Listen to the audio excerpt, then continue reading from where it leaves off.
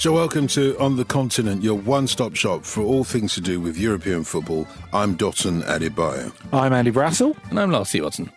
How hard can it be to keep hold of the best player in the world, arguably, when he doesn't want to leave and is even prepared to take a 50% cut in his salary, or so we're told? We're rounding up the messiest hasta la vista in football. Also, with the La Liga financial shake-up and its consequences, are Atletico Madrid in pole position to retain their title in the Spanish Footy Grand Prix? And where are the real title races this season? Are they in Portugal, Turkey, Netherlands, or can the Bundesliga surprise us? So, what a week it's been. I think it's fair to say it's been a very, very, very messy week, not least for Barcelona, Andy. No, that's right. And how much everything can change in a week is remarkable. We were sitting here last week not expecting anything of the drama to come. Shh, don't mention that. You recorded before the... Oh, no. Yeah. It's terrible when that happens. And I think it was possibly more of a shock to Leo Messi than it was to us, because he had believed quite sincerely that he was going to stay at Barcelona. I remember my son going to me when he saw the footage from Paris and the pictures. He looks really happy, doesn't he, Dad? And I was like, yes, he does. He's no longer crying about having to join PSG. I mean, tremendous progress has been made in the last couple of days. Well, I think you can cry about leaving Barcelona and still be pleased about joining PSG, because as the point you've made, Lars, when we've been talking about it off air, is that he was more than ready to do this last summer. Yeah, no, that's an interesting point. I mean, there are many baffling facets of this situation, and I'm sure we'll get to all of them. One other thing that just baffles me is just the sort of all-round levels of administrative incompetence, because we're only a year down the line from the famous Burofax incidents when he tried to leave the club and he thought he was going to leave the club, but it turned out his representatives had misunderstood their own contract, which is pretty spectacular, I think, at this level. I mean, his people, like, they really only have one job. Like, they understand what their contract says. Don't get in any more tax trouble. Well, okay, so they have two jobs. And this summer, I find it slightly baffling because, as I'm sure if you're listening to this by now, you'll be aware that Barcelona were in a situation where even if he took a huge wage cut, they wouldn't have been able to re-register him. Because what happened this summer, because they sort of pushed the can down the road with the contract renewal, was that he officially became no longer a Barcelona player. He was unemployed. And so when to sign a new contract, he would have to be re-registered, technically registered as a new player, which, because of their financial problems, the La Liga regulations would not allow. Now, if they just signed a new deal in the summer with a 50% wage reduction, it would have been possible for him to stay on, unless I'm getting this spectacularly wrong, and I don't think I am. How is it possible that his people were not aware of this? How is it possible that the Barcelona administration were not aware that this could be an issue? I'm always assuming that these sort of men in expensive suits know a lot about this. I mean, there must be a reason why they have these jobs, and we're sort of scrambling for acorns in the mud or whatever it is we're doing. How is it possible that they don't know this and don't understand this? It seems really strange to me. I mean, Joan Laporta, the returned Barcelona president, seems to have got off quite a lot so far from basically saying, well, the financial hole is deeper than what we thought when we took over 5 months ago, and we're not prepared to divulge all the figures, but the fact is we were spending 110% of our revenue on wages, and even without Messi is 95. We need to get it down to 70. The fact that he's only just coming to terms with it now, when everyone knew that Barcelona were in a dreadful state when he took over, not just people within the industry, people who watch football were aware of that. To me, I agree with Lars. It seems like an awful lot of bad planning. And the fact is that they could have done more to set up transfers out of the players that they needed to get off the wage bill. And I think you're looking at clearly Pjanic being one of them. And it was interesting seeing at the friendly against Juventus last weekend, the post the first post-Messi moment, I suppose, on the pitch, where they played the Trofeo Joan Gamper, the traditional curtain raiser, against a good Juventus side, beat them 3-0, but you had Umtiti and Pjanic being booed instead of the president, instead of any board members. So it's Pjanic's fault that he's been given this contract, so that it's Umtiti's fault that he's been injured, and Umtiti just left before the trophy was even presented. I think that's kind of outrageous, to be honest, to take the focus away from the club and from the president, who's had to make some hard decisions but has made none of them yet. And we talked a while back, didn't we, Lars, about the potential swap between Griezmann and Saul, that Barcelona, as we said at the time, needed a lot more than Atletico. And Atletico were able to say, well, you know what, if you're going to try and rinse us for a big fee, as well as Saul, if you're going to try and not subsidise his wages, well, we'll leave it. We're not interested. They have not been prepared to take those hard decisions. I do agree with all that, but I think I can have some sympathy in the problem of getting rid of players this summer who are on big contracts, because that's just really hard. There just isn't a market out there for very many of these players. So you've got to find a way to make it attractive. I mean, this hasn't been happening overnight, has it? I get all that, but it's just very basic. Like when Laporta came in, and he famously looked at the books and went, "Oh no, this is very bad." Like he did one of his first press conferences, he says, finances are worse than I could possibly have imagined. And it turned out that was not an exaggeration. That was very true. Surely at that point, he should know what the La Liga financial fair play rules are. Either him or one of the sort of army of men in suits who work for these clubs should have gone, actually, Juan, if we let Messi's contract run out, we might not be able to re-register him. So we need to go to Messi's people and say, if you want to stay, we need to get this done now before your deal expires, because that could be a huge admin problem for us down the line.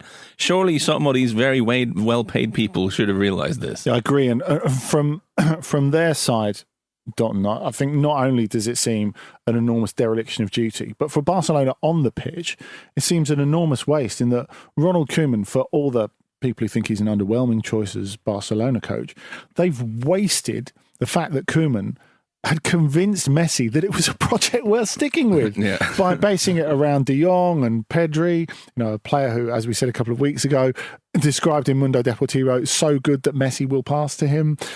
and Messi, having said a year ago now that, I don't feel there's a project here, his mind had been changed.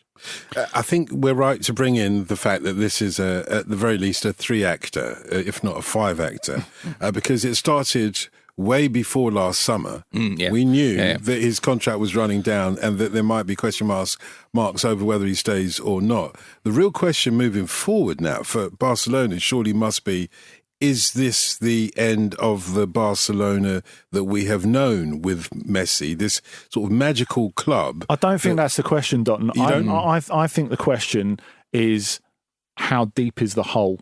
I think that is the question, because you're looking at them going into their first La Liga game of the season at the weekend against Real Sociedad. They're going to have to basically shift some players off the wage bill before the weekend if they're going to register Memphis and Eric Garcia, never mind Sergio Aguero, who's obviously injured for the next 10 weeks. The fact is, Memphis has been playing brilliantly in pre-season. Now, no one's saying he's another Messi or anything like that. Well, no one apart from me is saying he's another Messi. But the fact that they're still... Maybe he would. Yeah, maybe he would. But I think they're already in that position where they're not gonna have the worst team ever to take the field for a La Liga game or anything like that. It will still have Griezmann. It will still probably have Pedri, even though he's been back from the Olympics for 10 minutes. But the fact is, they can't even introduce the team that they want on the pitch yet. There are still so many hard decisions ahead of them. So it's not what does it look without Messi. It's like, what will it look like without Messi, I think, in 1 month, 2 months, 6 months' time. But you look at Sergio Aguero. Sorry, apologies, Lars, but I'll throw it to you. You look at Sergio Aguero. He's been sold a pup. Because he came to Barcelona. So Barcelona. Yeah. Well, yes, arguably, but they're the ones who sold Sergio Aguero this part. Yeah. Because he went to Barcelona thinking he'd be rejoining his old mate. That does seem to have been the story, that he signed for greatly reduced wages than perhaps he could have gotten elsewhere, because he wanted to play with Messi at Barcelona, and now he's not there, so that's unfortunate. I want to go back to your original question.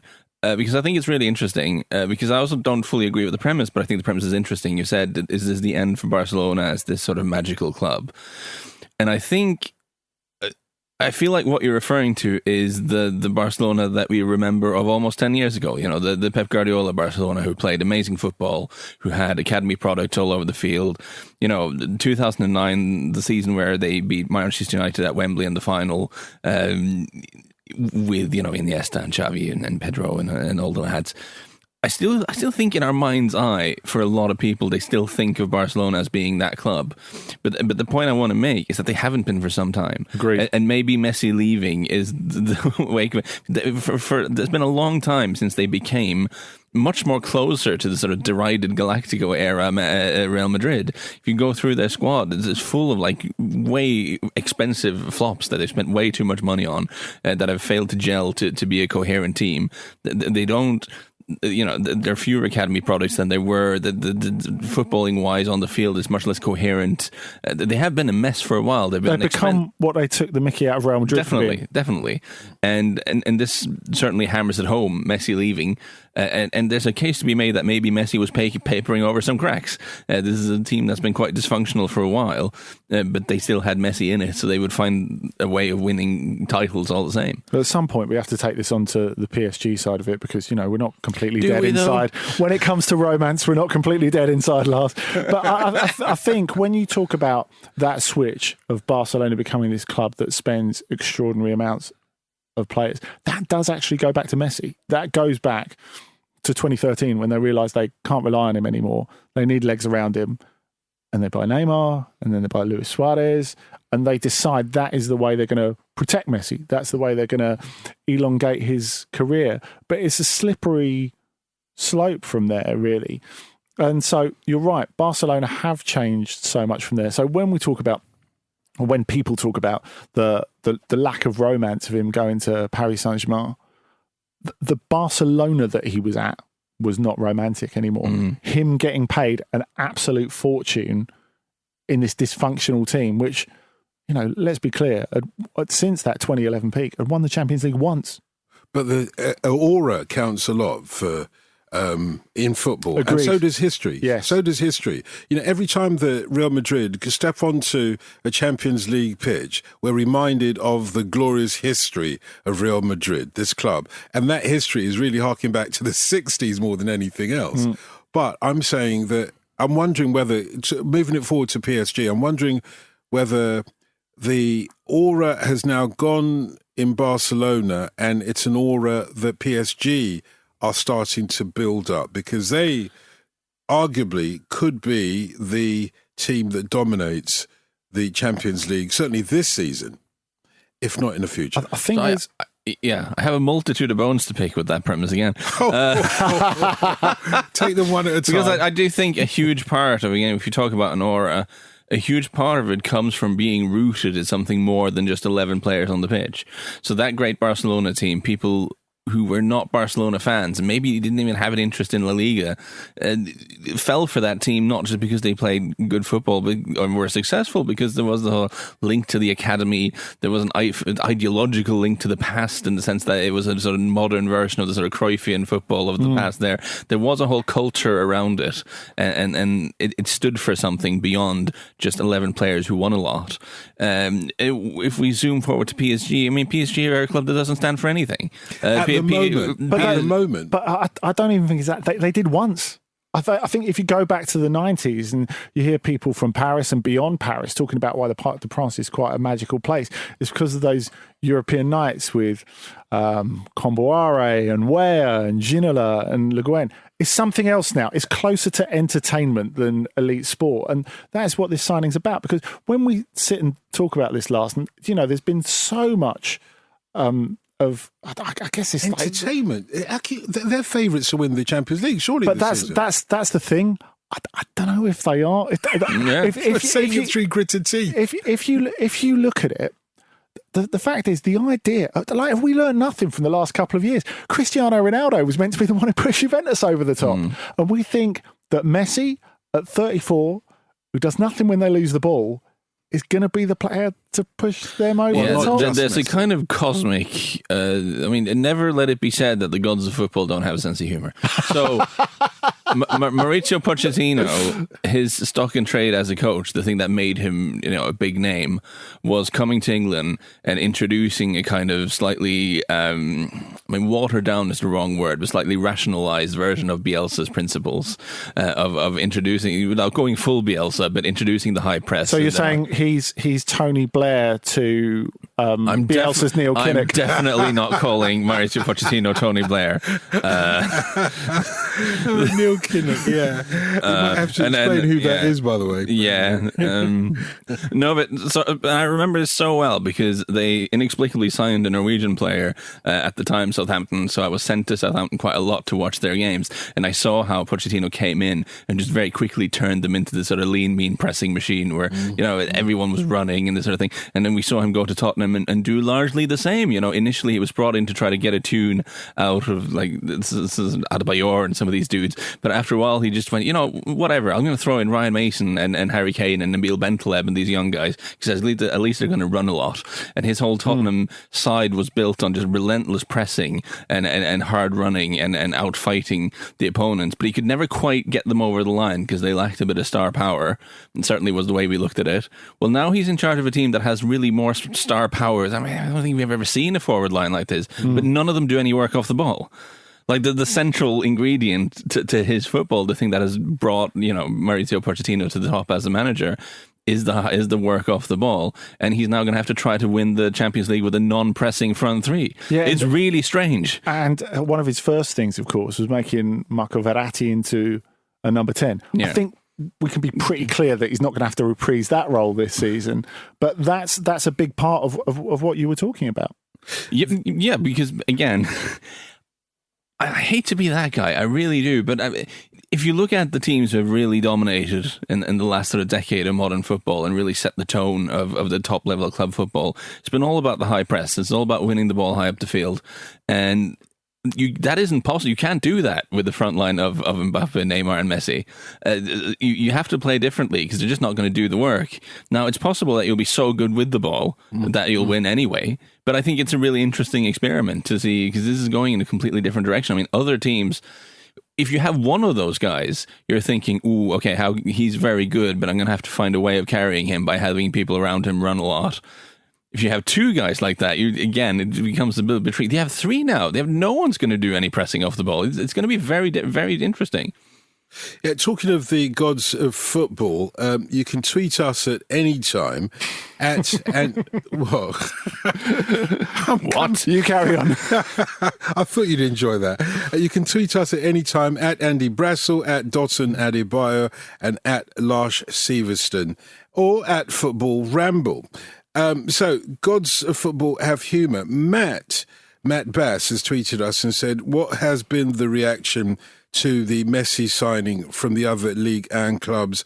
Are they happy about the extra profile or annoyed at the talent/money gap that now exists between them and PSG? Well, Matt, that gap already existed with not just with Donnarumma and Hakimi and Ramos and all those players that were signed this summer, but over the last near decade, really.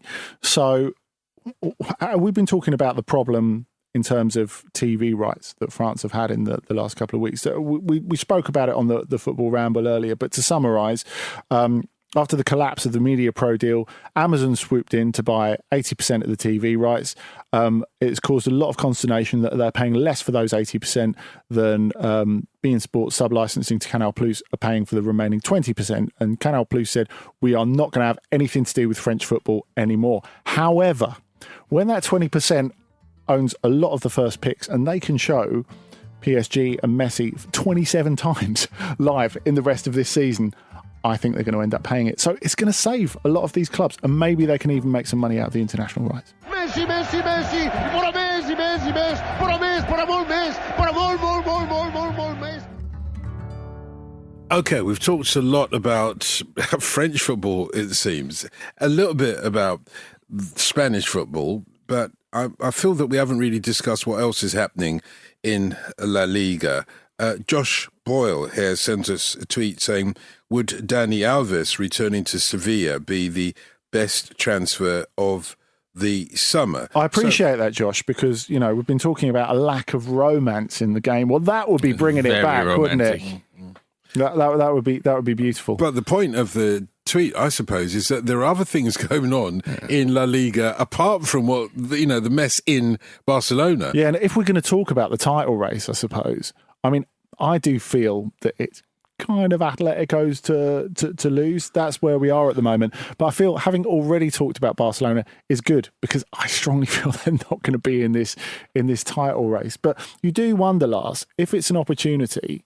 Well, we'll start with Atletico and Real Madrid, who are the two big contenders. There's definitely, we'll come to in a minute, I think the possibility of some of those other clubs like Sevilla, maybe Betis, Villarreal, even a Celta having a chance to go towards the top four. But it's going to be about those top two, isn't it? Yeah, the Lucas Ocampos, Eric Lamela axis of evil out of Sevilla. If you're not excited about that, then you're just not enjoying life. No, you're right. I think you have to look at Atleti as favourites. The reigning champions coming into a new season with Barcelona in complete disarray, and Real Madrid with a number of flaws. I think looking at the squad, and they've added Rodrigo de Paul from Udinese, who's one of those players who I saw someone I know who's a football scout just tweet randomly at a weekend, surely Rodrigo de Paul isn't going to waste his entire life playing for Udinese, because he's one of those who's just been there for he's clearly looked like someone who's been playing for a top club for quite a while, and the move just never came, and now he's moved to Atleti, which I think is a logical place for him to go. And he adds something that they don't have in midfield, a little bit of flair, a little bit of invention, but still someone who's not afraid to put the work in. I think that could be a really good signing for them,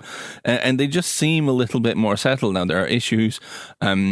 You're still relying an awful lot on Luis Suarez up front, who's not young. So I do wonder if maybe in the striking department that they could possibly add something. But no, you have to say they're a very good shout for the title. I flummoxed you, Andy. I sort of exploded your mind pre-show by saying that actually Atleti are not the bookies' favourite to win the title. You did explode my brain. Real Madrid are the favourites with the bookmakers. That is surprising to me, because it feels as if they're a little bit half finished at the moment. Whether they're really going to get investment to go anywhere from there, it seems unlikely as things stand at the moment. It looks like they won't be starting. Well, they won't be in the Bernabeu for a while yet, because it's kind of half finished. There are a lot of things for Carlo Ancelotti to do. He's got to go at it with a new central defence, although on paper Militao and Alaba look very, very good indeed. But they're going to be pushing on those same old guys. You don't feel as if the squad is fantastic. I think in terms of strength in depth, Atletico are definitely in a better place going into this season. You said the title was theirs to lose. So if there is a possibility that they can lose it, Real Madrid would be the favourites. Well, they were very good at chipping out results without playing particularly well last season. And I guess, if we're talking about comprehensive redevelopment of a squad, Carlo Ancelotti is not the coach you get in. So clearly they're hoping to run it back with the old guys yet again. And they're hoping to get a bit more, not just out of Benzema and Kroos and Casemiro, but Hazard as well. They need to get something from him this season. I still think, as Lars said, the centre-forward position is vital for Atletico. If they can get an eventual Diego Costa replacement, I think it's interesting. They seem to be very close on getting Rafa Mir, who was really good for Huesca on loan last season from Wolves. He's got a year left at Wolves. He's not going to sign again. It's never worked out for him there. Someone who we know can lead the line, who's a very different type of striker to what they have already. If they're spending 15 million euros on him, obviously they'd still like Griezmann. But in a year like this, Rafa Mir is a signing that could still make a massive difference to what they do. A player who's got a margin to get better, and a bit like Rodrigo de Paul, is something different that they don't have already. And let's not forget, there is a certain Joao Felix there who you feel will explode at some point, and I mean that metaphorically, not literally. That would be unfortunate. But I think he's someone who the talent is there, And I think as time goes on and it doesn't quite happen for Atleti, there are going to be people who raise the question, and I guess I'm one of those people right now, of whether it's the right environment for him. But the talent is undoubtedly there. He's one of those strange, if you look at what he's done so far and what he costs, that looks like a foolish transfer, but you can also see clearly the player he could be as well. Absolutely. And I mean, he's not going to start the season because he's had an ankle operation at the beginning of July. But if you think of him hitting maybe the second match day of the Champions League fresh, I mean, that could be something really big for Atletico. As I've said before, I think they've also missed a trick in the way that they've used him, because when Bruno Lage, who of course is taken over at Wolves, had him at Benfica, they used him as a quite pure number 9 on occasions as well. He's terrific in the air. He can score those sort of goals. With the sort of ability to get in crosses that Atletico have, I think they could make a little bit more of that. So maybe that's something to work on. Clearly, he has to do some work. And I think after he came back from COVID, he wasn't able to give the same physical effort that he did in the first half of the season, in which he was excellent, by the way, in the first half of last season. So this is an opportunity for him to go at it again and reset. But I think this is very different. So when you look back, the last time that Atletico won the league in 2014, the landscape is completely different. They're struggling to hold on to a lot of those players. Diego Costa goes, Felipe Luis goes, Courtois finishes his line. All that stuff happens. This time, they feel really stable. Like, Oblak's not going anywhere. Jimenez isn't going anywhere. All right, Carrasco had a bit of a set to on the pitch with Simeone in that friendly against Feyenoord. But, you know, you need to keep the home fires burning a little bit. It does feel as if they're in a much better place to build, because they're far ahead in their rebuild of where Barcelona and Real Madrid are. Going back to Real Madrid a little bit, I know when we talk about these players who are on big wages, I'm kind of a bank account half empty kind of guy, you do look at, you know, paying. I mean, there have been some COVID reductions in wages and stuff, but I mean, on the reported salaries, Real Madrid are paying sort of close to $1 million a week for Hazard and Bale, and that's not where you want to be. But just looking at the squad, there's a lot of potential upside with this Real Madrid team, and I guess that's where the bookies are coming from. Also, the fact that there's a lot of experience there. If you can get something of a full season, I mean, if you can't get something of a full season out of the Kroos and Modric double act, you do have Federico Valverde, who's already shown a lot. You do have Martin Odegaard, who has showed flashes of being very good, and he's hoping this is the season where he finally gets some time. You know, Benzema, Hazard and Bale is a potentially exciting front three, and there is a sort of creeping feeling that it was a very exciting front three 6 years ago, and maybe not so much this year, but it still could be good. There's potential upside here, but I am really looking forward to seeing how Carlo Ancelotti sort of juggles all of this, because you have a real challenge there, in that I don't think you can, again, I've said this on this pod before, I don't think you can rely on the old guard for a full 1 year. You're going to have to integrate some of the younger ones. When they fall off, it'll be ugly. I don't think there's any way of avoiding that. I mean, it's interesting, I think, to see the depth in the league. Sevilla, I think they'll be stronger at the end of the transfer window than they are now. They're still hoping to sell Jules Koundé and reinvest some of the profits in some targets that they've got lined up, but I think the squad's excellent anyway. They're very well coached by Lopetegui. You look at Villarreal and the job that Unai Emery's doing there. I thought they were great in the Super Cup final, even though they lost. And this was a team that missed the Champions League by absolutely miles through the league route last season. Then you've got Betis back in Europe under Manuel Pellegrini. Borja Alero's got himself into decent nick. They've got Nabil Fekir, who, if we can have a good season. We're still talking about the title race, Andy. Well, no, we're talking about the top four, and we're talking about an ability maybe to catch Real Madrid. Yeah, well, I zone out for a second, and I hear the sentence, Borja Valero has got himself in decent nick. I'm like, Jesus Christ, we are really far on the win. You're threatened by his beard game, admit it. I'm absolutely not. But it's a good point, though. It's a good point, because we're talking about the top four, where the more perhaps exciting parameters of this La Liga season will be seen and fought. I wonder, and you've given us both sides of this conundrum, I wonder whether it will be decided, let's leave the title aside for a moment, if the top four will be decided by the some of the players that you mentioned earlier on, stepping up their games, like João Felix, like Eden Hazard, and so on. Whether it's a question of the players stepping up, or whether it's a question of what you've just brought into the mix, the managers, whether we're talking about Betis or Villarreal or Valencia, who've got a new manager, for example. Yeah, they have. I mean, and Granada with a new manager. Will it be a case of the managers, the coaches, making the difference, or the players? I think that's a great point. I think it often makes a difference. And I think if you look at the top end of the Premier League, that is what's helped English clubs pull away in Champions League terms in the last year or two.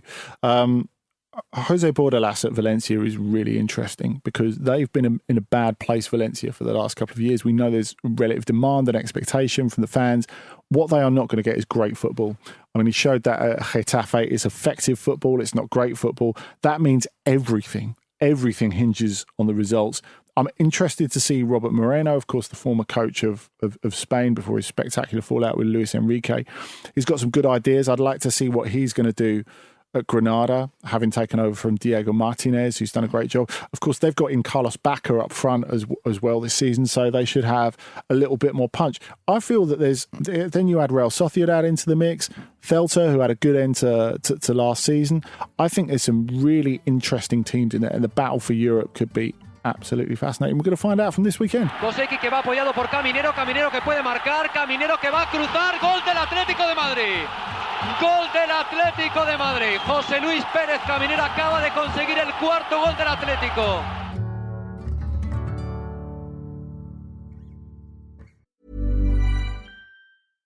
This preseason, take football further with NFL Game Pass. We make plays, we dominate all night long. Catch every rookie debut with live out-of-market preseason games. Welcome to the NFL. See big names in their new homes. And here comes one. Julio Jones, touchdown. Plus, get all the action in 45 minutes or less with condensed game replays. Oh, my goodness. Take football further with NFL Game Pass.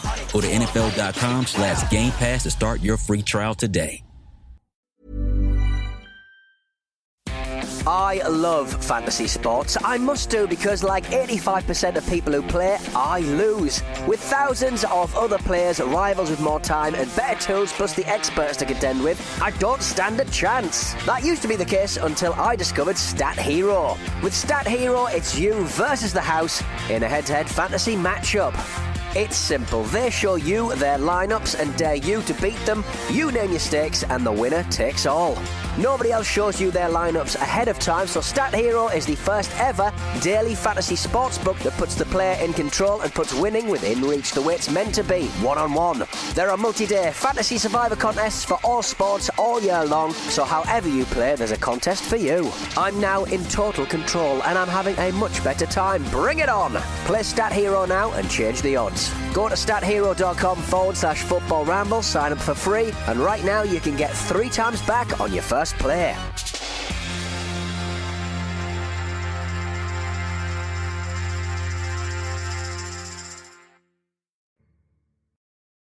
Let's move on to the Bundesliga, not least because I suppose all eyes will be on Bayern winning the title, retaining the title. That's very likely. But also, let's talk about the top 4 there, the opportunities that there are. Dortmund have somehow managed to retain the services of Erling Haaland. How have they done that, and what difference will it make? By turning down all offers. Well, yeah, it's crazy, isn't it? Yeah, well, I think this was always on the cards as soon as they qualified for the Champions League. I've said it before on the pod. My impression is that the plan was always for him to stay there for one more year. They have, I mean, when I say they, I mean his side of the equation, his agent, his father, him. They have a lot more leverage next summer in terms of where they want to go because there is a release clause, because clubs will be in better financial health there. And he's happy at Dortmund. But there's always a danger of 1 year more too far, as it were.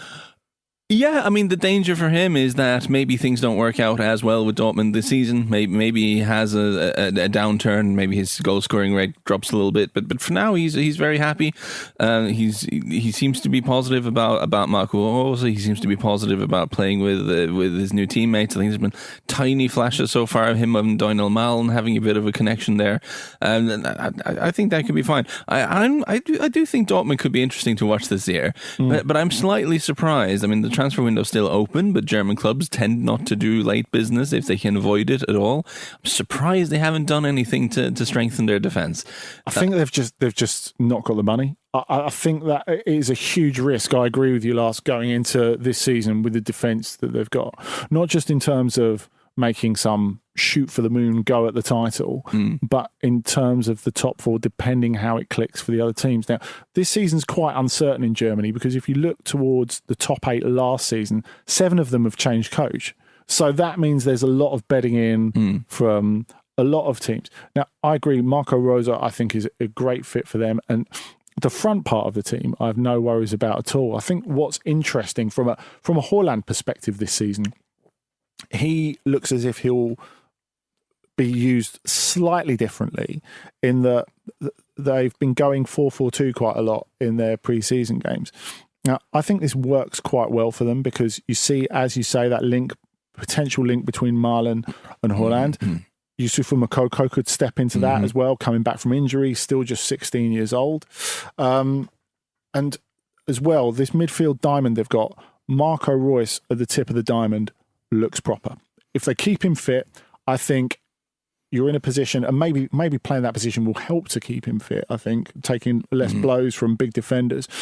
I think it could be something really important for them. And Hansi Flick, in his first press conference as Germany coach, said, I'm loving what Royce is doing at the moment. He was very big on him. So that's something that could work very well for Dortmund. The defence is an accident waiting to happen. It really is, isn't it? And they need Zagadou to get fit. His fitness record doesn't really say you can rely on that. They're relying on Mats Hummels to get fit again.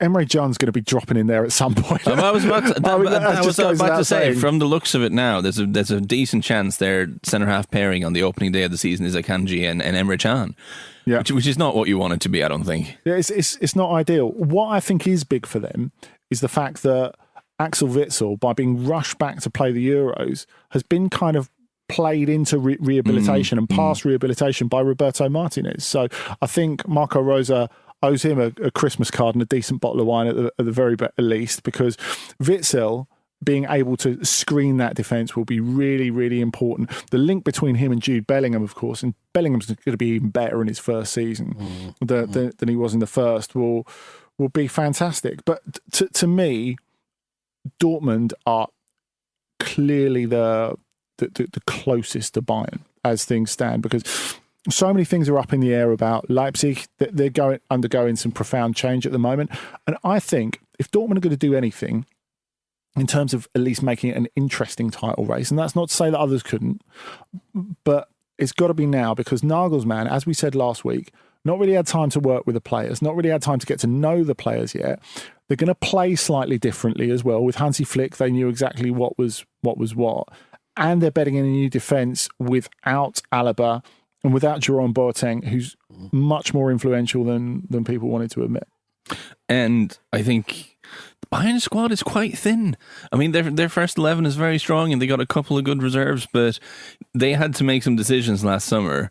And we heard a lot about how Hansi Flick didn't agree with some of the transfers that Salihamidzic made and stuff like that. And, you know, the press often brought up like Bunassar and Mark Roca and these dudes.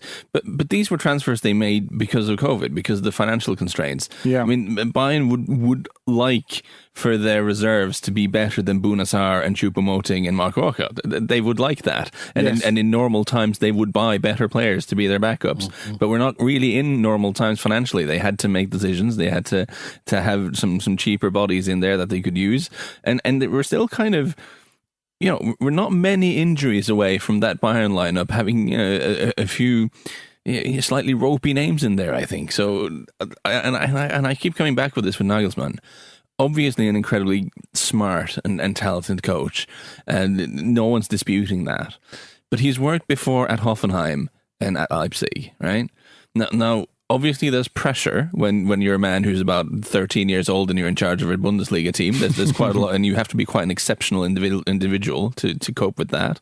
But you know what? If you lose some games at Hoffenheim, there's time to trial and error. Yeah, again, I mean, RB Leipzig, there's no big media presence. There's not a bunch of ex-players as pundits hammering you if you get things wrong. If you lose a few games at Leipzig, no one really cares. In fact, people are quite happy if that happens. if you lose a few games at Hoffenheim, like literally no one notices. Not even people in Hoffenheim or in Sinsheim, sorry, or whatever you know. Well, it's true. These are clubs who are sort of the sort of hardcore German fans would say that they're constructs, that they're artificial, whatever you want to call them. They're sort of slightly sterile environments where you can make mistakes, and there is nowhere near the same amount of pressure. At Bayern Munich, it's like it's a 24/7 thing. Every single decision you make will get poured over by the sporting press. Every point you drop is like a regional catastrophe. You know, this is next level stuff. And he's coming into this, like you say, with a few little unsettled bits and pieces. Maybe if they get one or two bad injuries, suddenly you have to use some of these wacky dudes in the squad who maybe shouldn't be there. Like, it could go wrong. See, arguably, we've talked about the top two in the Bundesliga, which is pertinent because Kurt Baker has sent us a tweet which says, I'd love to hear an assessment of the best of the rest clubs in the Bundesliga ahead of the new season. Wolfsburg, for example, Frankfurt, Leverkusen, Union and Gladbach, etc. Who are these best of the rest, and will they make the top four? I'll tell you what, I'm not backing Wolfsburg to get back there again. They've lost Oliver Glasner, the coach, who went to Eintracht Frankfurt, and Mark van Bommel. He's not got them in great shape pre-season. And then they went and eked out a difficult win at Preußen Münster in the first round of the DFB Pokal, because you always get the first round of the Cup the week before the Bundesliga starts, which I love, actually, because A, the Cup's exciting, and B, if you lose to a lower division team, you've got an enormous amount of pressure on you as a coach before the league has actually started, which is quite an interesting dynamic. Now, with Van Bommel, he actually got that win, and then they worked out afterwards that he made too many substitutions. So he made 6 instead of 5. So they're probably going to get knocked out. They're probably going to get evicted from the Cup. So that would be a pretty awful full debut. Talking of awful full debuts, Glasner, as we said, went to Frankfurt. They lost 2-0 at Waldorf Mannheim from the third tier. But then again, Adi Hütter, his predecessor at Frankfurt, in his first game, they lost to a fourth tier team when they were the cup holders. And he went on to qualify for the Europa League semi-final in the same season. So who knows? But Leverkusen, I think are quite interesting. They've gone a little bit more stable than they might have done. Again, because of money, it looked like they were going to sign Serdar Azmoun from Zenit, but instead they decided it would be cheaper to give an extended contract to Lucas Alario. I still think he's a pretty good striker. I don't think the loss of Leon Bailey is going to affect them too badly. The Bender twins retiring, I'm interested to see what that does in terms of team morale and togetherness, because they were two great leaders, even though they're both injured quite a lot.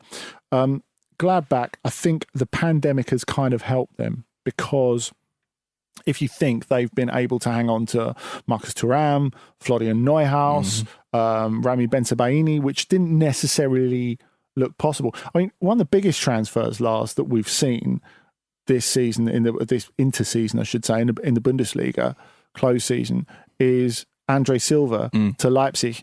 And, I mean, unfortunately, it looks like your man, Alexander Sorloth, is getting very much writing on the wall for him, yeah. But linked to Marseille now, apparently, which would be interesting.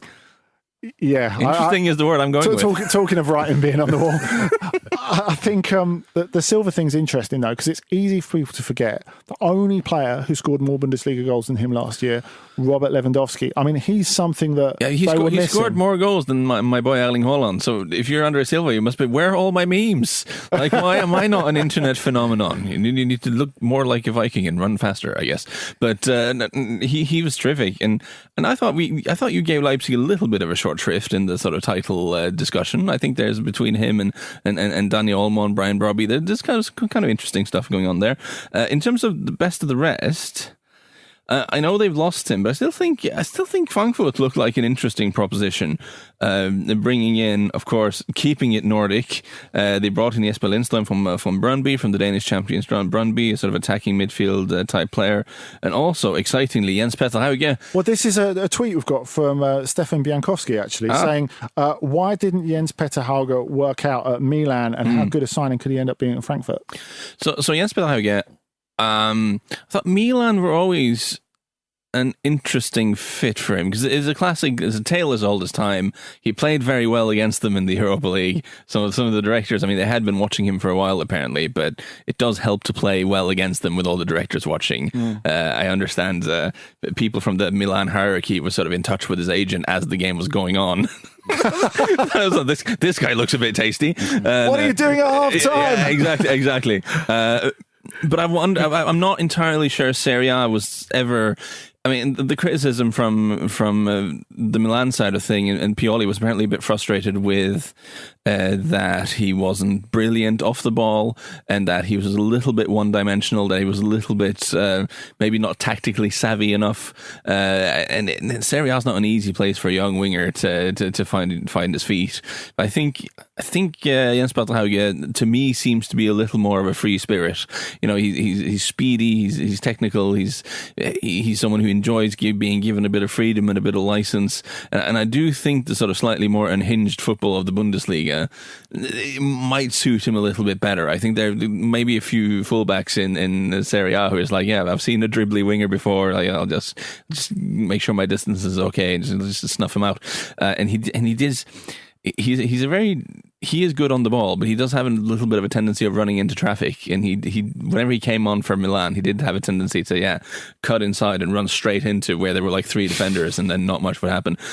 I wonder if in the sort of slightly more attack-minded world of the Bundesliga, he'll find more space out wide and have a better time of it, basically. One more tweet from Ashley Harrington. What team do you think will surprise us this upcoming season? And this can be from any country now that we are all reconvening for a new season. You know what? I'm going to have two, I think. I'm just going to take the question. I've only got one, so I'm really nervous. What if you get one of them? What if one of them's the one I want? You go first then. Yeah? Yeah, go on. Okay, cool. Because so my thinking, we were discussing, and we were thinking in the terms of like title races and stuff going on. This is not a shock. We've touched on it already, but I want to put it into a context, which is there is a bit of a trend, I feel, in European football, and especially now coming off talking about the Bundesliga, that the sort of slightly smaller, in inverted commas, but more smartly run clubs are kind of stealing a march on some of the traditional heavyweights. You know, it is very pertinent in the Bundesliga, where you have like Hamburg and Schalke and Werder Bremen in the Zweite Bundesliga this season, where some much more smaller clubs being in the top division. And you also see some of this in Italy. Now, Atalanta finishing above Napoli and Roma and Juventus and these people last season. We see a bit of that in England with Brentford and Brighton. You know, not big clubs, but they've smarted their way up to the top. So there seems to be a thing where clubs that are smartly run profit and get ahead of the sort of lumbering big institutions who are carrying, you know, possibly some dead weight and some institutional issues. I wonder if, following that logic, if we're going to see a real title push from Sevilla in Spain this season at the cost of Real Madrid and Barcelona, because they do seem to be one of the clubs who have very sort of joined up thinking in that division. Monchi, if you ask Roma fans, he's not half as smart as he thinks he is, but he does seem to work very well in that context anyway, and operates very smartly. And they put together a team who I can see if things go their way a little bit. And again, we get the sort of the endearing spectacle of Ocampos and Lamela sort of, you know, merrily kicking people in the shin wherever they go. Maybe there's a place for Papu Gomez in that team that makes more sense. I can imagine a sort of a serious title push from Sevilla this season. I like it, and I like their strip this season. But my two are going to be initially Besiktas. I think they can follow up and win the title again in Turkey, and maybe they can do something in Europe as well. They've held on to a lot of their quality. I think Sergen Yalcin is a good coach, and they've also signed Alec Teixeira after he left. He left the Chinese Super League. So I think that's an interesting bit of quality that they wouldn't normally be able to get their hands on. Other team, I think PSV in the Netherlands could provide a bit of a shock, really, with the Champions League money and the sales of Van der Beek and De Jong and De Ligt that they made. Ajax should be winning the title for the next 10 years in a row.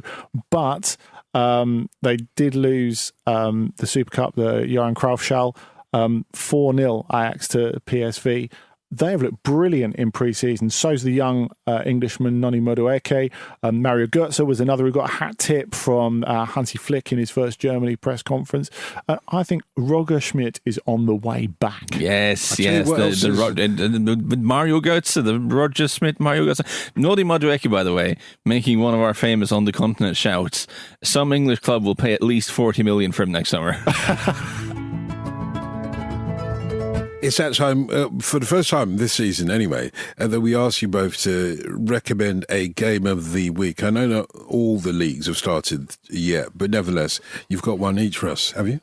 Yeah, I'm going to go Sunday afternoon, Atletico, seeking to show their champions' credentials, but a very, very difficult opening game away at Celta. Balaidos with fans, I think it's going to be big. It's going to be a really interesting game, and they've had their difficulties there in recent seasons. I'm going to the Bundesliga because it's fun on the Autobahn, as we all know. Dortmund versus Frankfurt for me. Frankfurt, one of the more interesting teams of the sort of best of the rest group, I think. Dortmund, as we've discussed, hopefully can challenge Bayern. And the downsides of Dortmund is stuff like, they might play Emre Can at centre half. That should just make the game more fun from a neutral's point of view. I mean, come on, that should be good.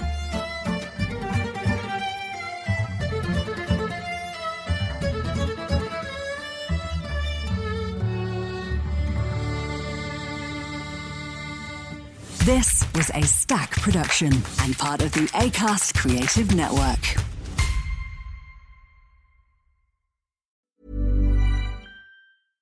This preseason, take football further with NFL Game Pass. We make plays, we dominate all night long. Catch every rookie debut with live out-of-market preseason games. Welcome to the NFL. See big names in their new homes. And here comes one, Julio Jones, touchdown. Plus, get all the action in 45 minutes or less with condensed game replays. Oh, my goodness.